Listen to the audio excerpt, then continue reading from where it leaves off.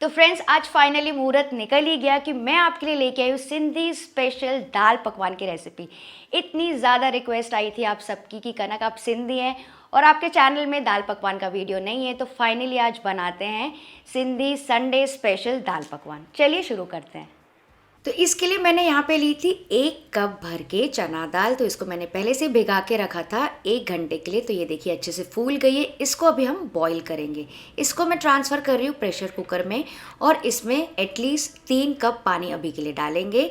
साथ ही डाल रही हूँ 1 टीस्पून नमक, आधा टीस्पून हल्दी पाउडर, 2 टीस्पून तेल, ताकि जो कुकर में से हल्दी का पानी बाहर आता है ना वो ना हो, कुकर ना ख़राब हो। 1 से 2 कम तीखी वाली हरी मिर्ची। और बस इसमें फ्रेंड्स बहुत ज़्यादा चीज़ें नहीं डलती। ऑथेंटिक जो दाल होती है ना उसमें बस इतनी ही चीज़ें डलती है और इसको बहुत ज़्यादा कुक नहीं करेंगे। इसको लिड से कवर करके इसमें सिर्फ 2 से 3 सीटी बजने देंगे, उससे ज़्यादा नहीं, क्योंकि दाल हमको दिखनी चाहिए। तो फ्रेंड्स, जो ऑथेंटिक दाल पकवान होता है ना, जो कि उल्लासनगर में मिलता है, वो बनाया जाता है कॉम्बिनेशन ऑफ 3 दाल से, चना दाल, मूंग दाल और एक और मूंग दाल हरी वाली। ठीक है, तो अगर आपको वैसा देखना है तो मुझे कमेंट करके बताइए। लेकिन आज जो है ना, मैंने रेसिपी को एकदम सिंप्लीफाई कर दिया आप सबके लिए। नॉर्मली जैसे मैं हर संडे को अपने घर पे बनाती हूँ सिर्फ चना दाल से, और एक बार ये बन गया ना सुबह, तो बच्चे दिन भर बस यही खाते रहते हैं। और फ्रेंड्स, वहाँ पे वो 3 दालों को यूज़ करके एक ब्रेड का नाश्ता भी बनाते हैं, वो भी बहुत ज़्यादा टेस्टी होता है। अगर वो भी आपको देखना है तो मुझे कमेंट करके बताइएगा। फिर बोल में मैं ले रही हूँ 2 कप भर के मैदा, वजन से ये है 250 ग्राम। इसमें मैं डालूंगी 1 टीस्पून नमक, आधा टीस्पून अजवाइन, जिसको मैं अपने हाथों से क्रश करके डाल रही हूँ। बहुत ही अमेजिंग टेस्ट आता है फ्रेंड्स इसका। अच्छा फ्रेंड्स, अगर आप सिंधी हैं तो मुझे कमेंट करके बताइए कि अजवाइन को सिंधी में क्या कहते हैं। साथ ही 1 टीस्पून जीरा भी, इसको भी ना हल्का सा क्रश करके डाल देंगे, बढ़िया सा फ्लेवर आता है। 2 टेबलस्पून भर के मैं डाल रही हूँ तेल, इसको खस्ता बनाने के लिए। इसको हल्का हल्का से मिक्स कर लेंगे और इसको ऐसे थोड़ा सा रब करते जाएंगे। मोइन अगर फ्रेंड्स परफेक्ट होगा ना तो पकवान एकदम ही क्रिस्पी बनेंगे और सौगी बिल्कुल नहीं लगेंगे। और अब इसमें थोड़ा थोड़ा करके पानी ऐड करते जाएंगे और सेमी सॉफ्ट आटा गूंथ लेंगे। तो फ्रेंड्स, सिंधी पकवान जो होता है ना उसमें बस इतनी चीज़ें होती है, अजवाइन, क्रश किया हुआ ज़ीरा, बहुत अच्छा फ्लेवर आता है उसका। ज़्यादा में ज़्यादा आप इसमें दरदरी कुटी हुई काली मिर्च डाल सकते हैं। और ये ना ऑथेंटिकली मैदा से ही बनाया जाता है, हम बचपन से वैसे ही खाते आ रहे हैं, तो मैं आपको बता रही हूँ। पर आजकल कुछ लोग आटा और सूजी से भी बनाते हैं। तो ये देखिए हो गया है, हल्का सा कड़क ही मैंने रखा है, जैसे समोसे का आटा है ना बिल्कुल वैसे ही, ताकि क्रिस्पी बने। इसके ऊपर थोड़ा सा तेल लगा के हल्के गीले कपड़े से इसको ढक के 20 मिनट के लिए छोड़ देंगे। तो जब तक ये आटा सेट हो रहा है, चलिए दाल का टेक्सचर चेक कर लेते हैं। ये देखिए दाल अच्छे से बॉईल हो गई है, लेकिन एट द सेम टाइम एकदम मैश जैसे नहीं हो रही है, एकदम ही ज़्यादा गल नहीं गई है। आप उसको देख सकते हैं। इसमें ना हल्का सा मंदिड़ा चला लेंगे, मंदिड़ा हम इसको कहते हैं, आप इसको क्या कहते हैं मुझे कमेंट करके बताइए। इसको ऐसे थोड़ा सा चला लेने से क्या होगा ना, थोड़ा सा क्रीमी हो जाएगा। तो फ्रेंड्स, कुछ लोग क्या करते हैं ना, इसमें थोड़ी सी 1 मुट्ठी मूंग दाल भी डालते हैं इसको क्रीमी बनाने के लिए। लेकिन हम ऑथेंटिकली हर संडे को जैसे घर पे बनाते हैं ना, वैसी रेसिपी मैं आपको बता रही हूँ। ये देखिए, आप देख सकते हैं दाल दिख रही है। पूरी तरह से इसको पीसना बिल्कुल नहीं है, वरना वो जो ऑथेंटिक सिंधी दाल का जो टेक्सचर है ना वो नहीं आएगा, दाल तड़का बन जाएगी। तो इसको ऐसे ही लो फ्लेम पे छोड़ देंगे, थोड़ा सा और इसको उबलने देंगे ताकि ये जुड़ी जुड़ी से हो जाए। फिर हम इसको लास्ट में तड़का लगाएंगे। तो इसको मैं साइड में रख देती हूँ बॉईल होने के लिए 2-3 मिनट के लिए, फिर मैं बंद कर दूँगी। तो चलिए आटा चेक कर लेते हैं। इसको फिर से थोड़ा सा गूंथ लेंगे ताकि और स्मूथ और इलास्टिक हो जाए। और एक छोटी सी लोई लेंगे मीडियम साइज़ की, और बिना सूखा आटा लिए फ्रेंड्स इसको ना रोल करेंगे जैसे नॉर्मली हम थिक रोटी बनाते हैं। अच्छा फ्रेंड्स, अगर आप पहली बार बना रहे हैं, आपसे आटा स्ट्रेच हो रहा है, तो आप क्या कर सकते हैं, यहाँ पे थोड़ा सा सूखा आटा ले लीजिए इसको बेलने के लिए। तो बेसिकली देखा जाए तो ये बड़ी मठरी ही है, इसका जो टेस्ट है ना एकदम मठरी जैसा ही आता है। तो ये देखिए बड़ा सा मैंने बेल लिया, और अब मैं इसको एकदम इवन शेप देने के लिए इस डब्बे का हेल्प ले रही हूँ। इसको एकदम राउंड कर लेंगे ताकि देखने में बहुत सुंदर लगे। ये देखिए, मैं आपको इसकी थिकनेस दिखाती हूँ। तो ये देखिए बस बिल्कुल चपाती जैसा ही, बहुत ज़्यादा मोटा नहीं रखेंगे नहीं तो खाने में हैवी लगता है।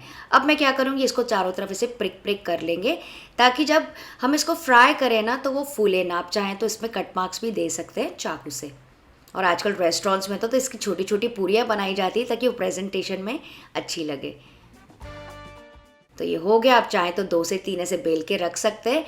और फिर यहाँ पे मैंने तेल रखा है मीडियम हाई फ्लेम पे, इसमें धीरे से ऐसे डाल देंगे और इसको फ्राई करेंगे मीडियम हाई तेल में जब तक ये बढ़िया से क्रिस्पी करारा ना हो जाए। और अगर आपको ऐसा लगे कि फूल रहा है तो ऊपर से आप झारा रख सकते हैं, चिमटा रख सकते हैं, ताकि ना वो ज़्यादा फूले नहीं।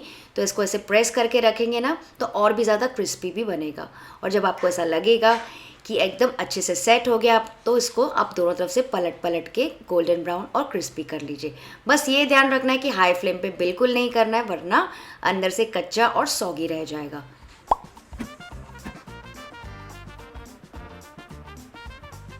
ये देखिए मैंने दोनों तरफ से अच्छे से पका लिया, बिल्कुल प्यारा सा गोल्डन ब्राउन कलर आ गया, आप देख सकते हैं।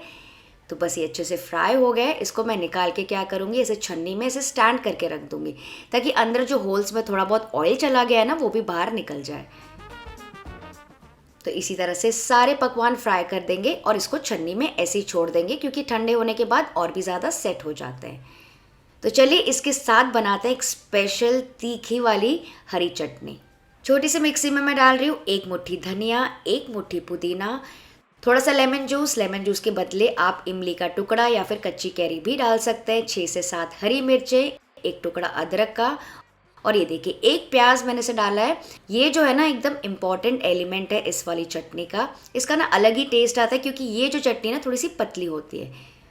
1 टीस्पून ज़ीरा, 1 टीस्पून नमक और बिल्कुल थोड़ा सा पानी या फिर आइस क्यूब्स डाल के आप इसको अच्छे से ब्लेंड कर लीजिए।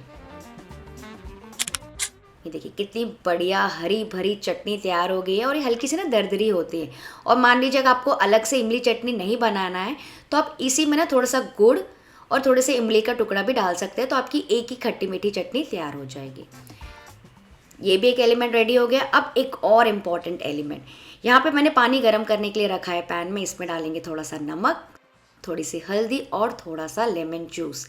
और इसमें मैं डाल रही हूँ ये वाली हरी मिर्चें, जो कि कम तीखी होती है। इसको मैंने बीच से काट दिया था और इसको बॉईल होने देंगे। घड़ी चेक कर लीजिए, एग्जैक्ट 2 मिनट के लिए, उससे ज़्यादा बॉईल नहीं करना है वरना बहुत ज़्यादा नरम हो जाएगी।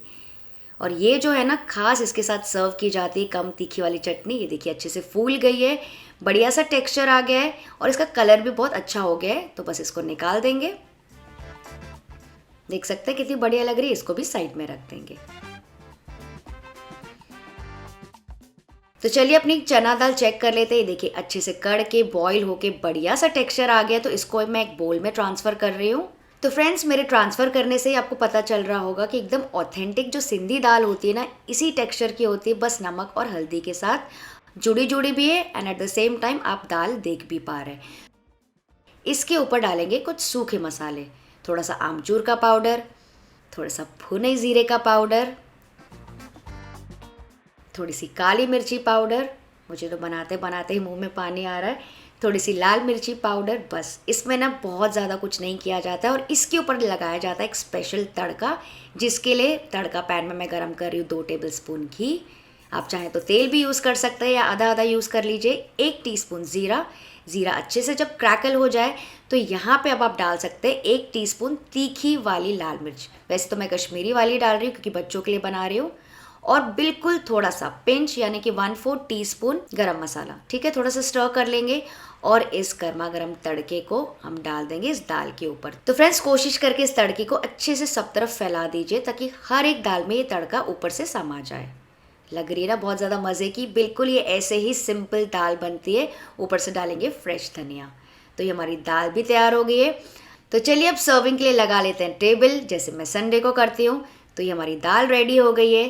साथ में मैं रख रही हूँ पकवान, हरी मिर्चें, ग्रीन चटनी, इमली चटनी, बारीक किया हुआ प्याज, थोड़ी सी हरी मिर्चें और फ्रेश धनिया।